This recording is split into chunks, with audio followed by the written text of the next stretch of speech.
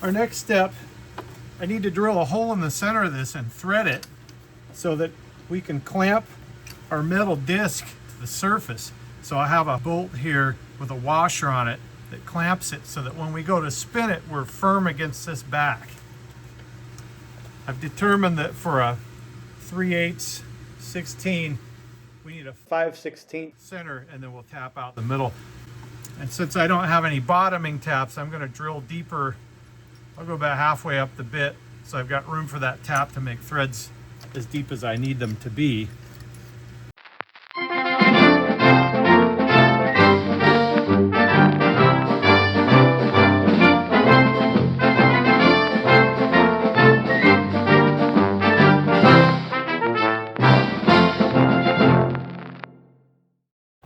3/8 tap.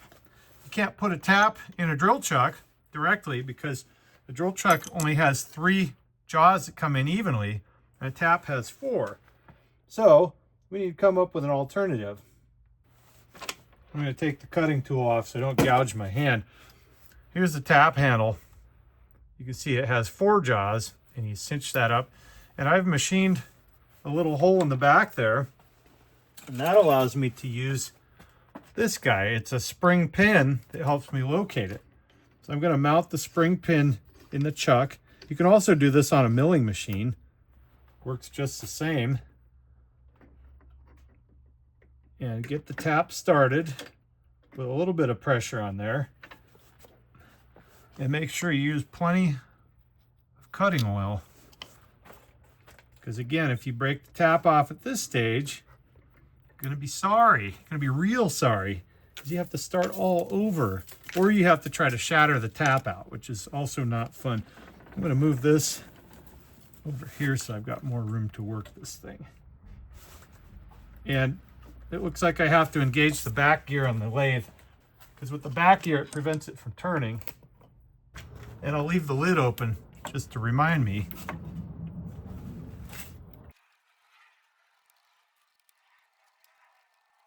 I occasionally pull the tap out to clear the chips and swarf, and then apply a little bit of oil to keep it lubricated. Sometimes when you cut some new threads and then you back it out to burnish it, the swarf gets jammed, and you can feel that. You don't want to force it, because that'll be the end of your tap and your project. You just come up against it gently, keep bumping it, and eventually it'll cut through. Do a little more vacuum.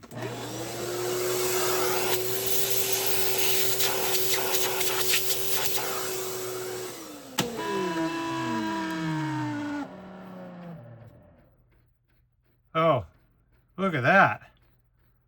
Here's the first mandrel all finished up. It was a little bit tricky to make, but I think it'll get the job done. We'll give it a try, and if it doesn't work right, we can either modify it or make another one. So now you can imagine if I replace this tool holder with a piece of metal that comes out and has a fulcrum here, I can put my forming tool in here and get leverage against it to move the metal around that form like that. And so I'm going to find a piece of bar stock that approximates this dimension, and I might drill a couple of different holes in there for posts that I can use as my fulcrum points. Here's what I came up with. I found this 1/2-inch piece of bar stock. I cut it to about 10 inches long. I know that I need about 3 inches to clamp into that tool holder. So that'll clamp somewhere here, and I've got room for some adjustability if I need to reach out further. And then on this end, I just tried to imagine what different hole spacings might be convenient. Maybe it's helpful to have one further out, but for now I just spaced 3 holes. They're each 1 inch apart. I think we're in, like there'd be 1 inch, 2, 3, 4 from the end. And then I threaded them. And this may or may not be a mistake. I think some of the tool holders I've seen are not threaded. They just have a pin that drops in so you can easily take it out. I didn't really have any material to use as a pin that I was confident I could accurately size where it wouldn't wiggle. So I thought threading might be the most secure way. I guess later on, if I decide I don't like it, I can slightly oversize the hole and have a pin that drops in. But for now, this is kind of my setup. I've got multiple holes. Maybe to start out with, I'll have these two in these positions here. These are just quarter 20 thread per inch. And we'll just cinch these down so they can't go anywhere. Most of the force is going to be sideways on these, and they're nice and secure. Having the threads here and pinching it there means we don't have any movement. So we'll have a firm hold on this, and we can put our forming tool, probably not a screwdriver, in here and move that metal like that. And maybe I can get another angle if I need to move it sort of out toward me. I think that gives me some options. I can also just move the whole tool rest in different positions to get the same effect. So this could be redundant since I've got a metalworking lathe that has a movable tool rest. But we'll give this a shot. At least it gives me some options, and then I can modify from there. We're back in the shop on a very cold January morning, and I just received my metal spinning tools. We kind of have the three basic tools that I think are going to be helpful in this project. The first one is this polished shaping tool. You can use these different surfaces to move the metal and to form it. So that'll be my main tool. And then this was kind of a lot of tools on eBay that I purchased. There's an edge rolling tool, so you can roll an edge back over itself. And you can see that one side's a little bigger than the other, so you can use that to your advantage. And then the other tool is a cutting tool. And you can use this to trim edges, especially if you have a ragged edge on the outside edge. This is a fairly sharp machined edge and kind of like a cutting tool on a lathe. So with these three tools, I should have what I need. So what I do to find center is I put a piece of tape here, and I set this for just slightly over or above the radius, and I just make an arc. So you touch the edge with the pointer, make an arc, keep going around maybe 5 or 6 times, and what you'll find is there'll be a center where those arcs sort of bypass one another, and it leaves your indication of center. So I use a step drill and drilled that out. A twist drill runs the risk of catching and twisting and deforming. So let's put this on, and then I'll just put a little smear of grease on here. This is just axle grease. From what I've learned in the videos, I'm going to come in here and I'm going to apply pressure like that. You can see how I'm flexing it. I'm going to keep working it until I can bend it over this edge and come up on this profile. And I'll kind of work it back and forth because I don't want to always draw it out this way.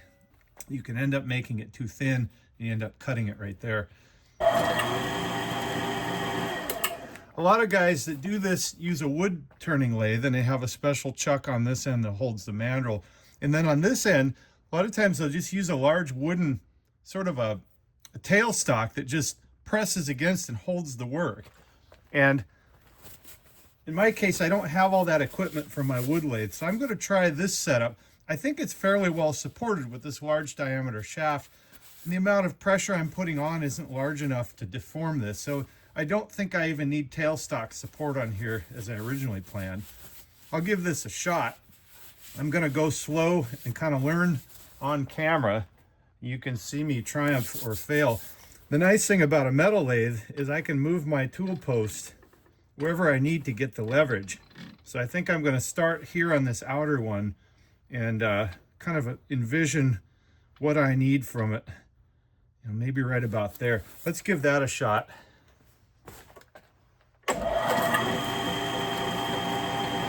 All right, never done this before, so there goes nothing.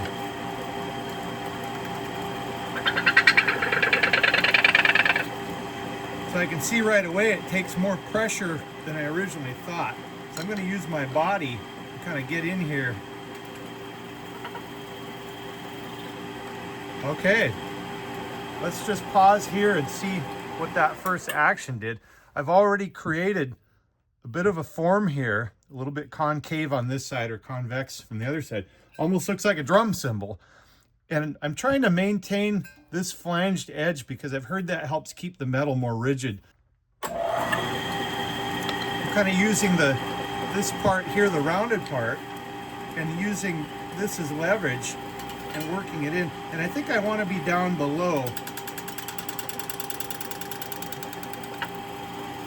Look at that. We are spinning metal, folks.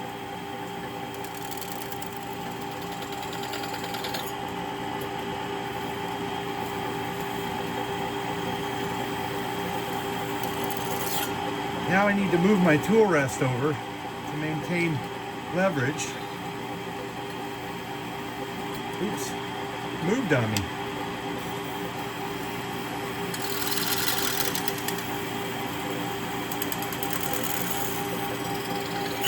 What I need to do is engage the half nut.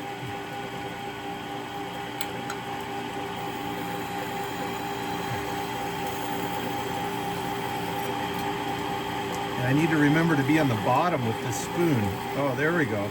That gives me a lot better leverage.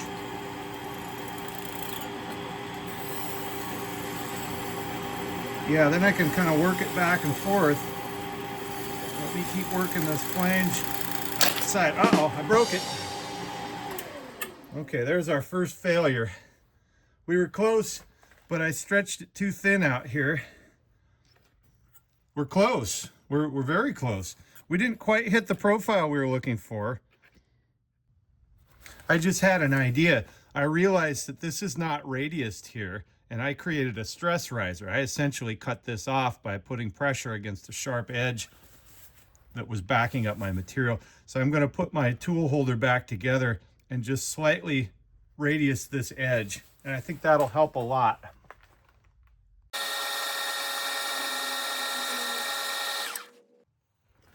I need to anneal this piece before I go any further. It makes a big difference because that first try I annealed it and the metal moved much easier. The second try I put a lot of force on it and it didn't want to go. So I don't really want to fight this thing. I think that's where I run into trouble. So I want to get this nice and hot.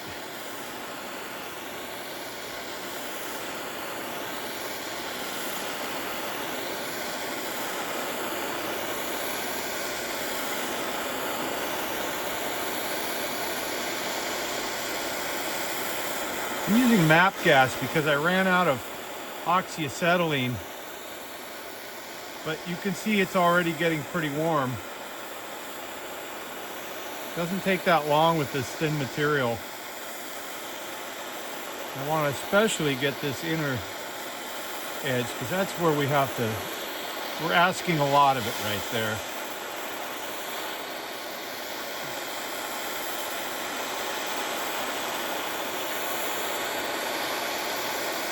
Yeah, we're almost red hot. Is where we want to be.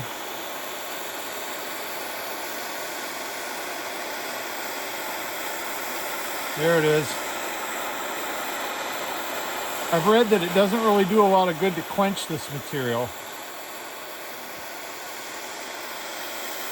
Unlike steel or some of the other metals.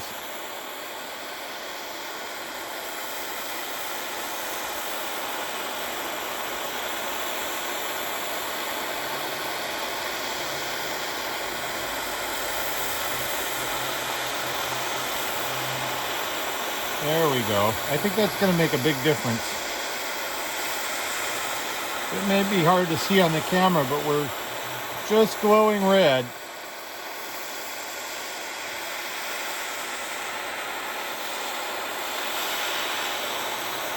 So we know we're up to temperature. Let's call that good.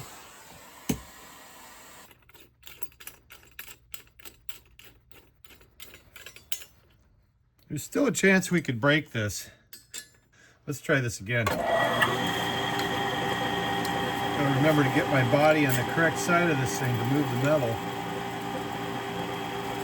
Oh yeah, you can feel the difference. Far less pressure.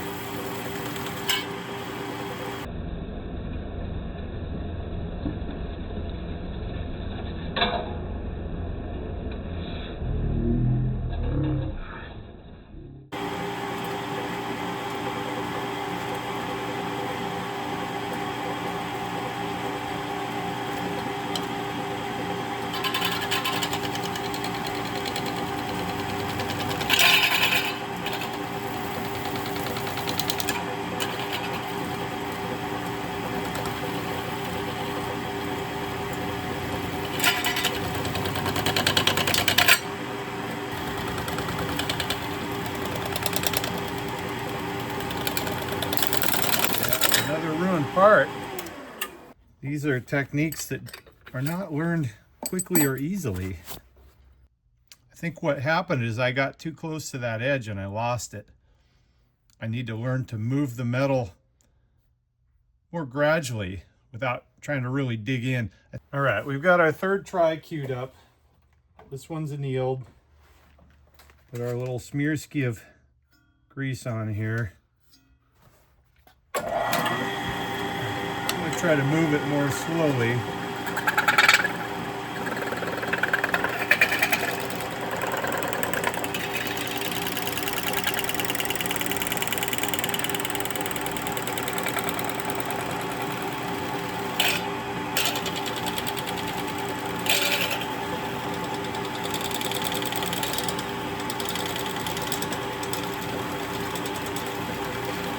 Oh, I think I'm getting the hang of it.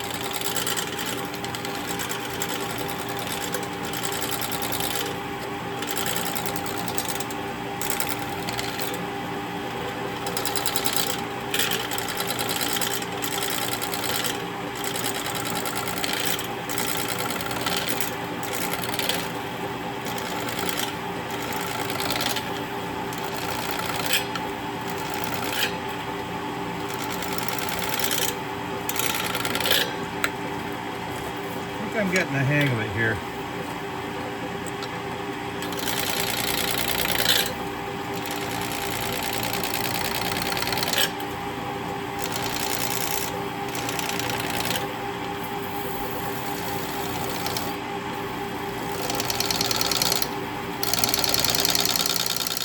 If you're an advanced metal spinner and you have some knowledge in this area, feel free to leave some comments on how I might improve my techniques. Well, that's it for this week because I ran out of parts. I used the last of my 3 blanks. One of the takeaways is that I need to keep that flange on the edge, and I think by annealing it properly, that'll give me a more malleable material to work with so it doesn't fold over itself when I get toward the edge. So in response to that, I'm going to refill my oxyacetylene gas setup so I can anneal these properly and quickly, and I think that'll make them a lot more malleable to work with. Stay tuned for the next episode.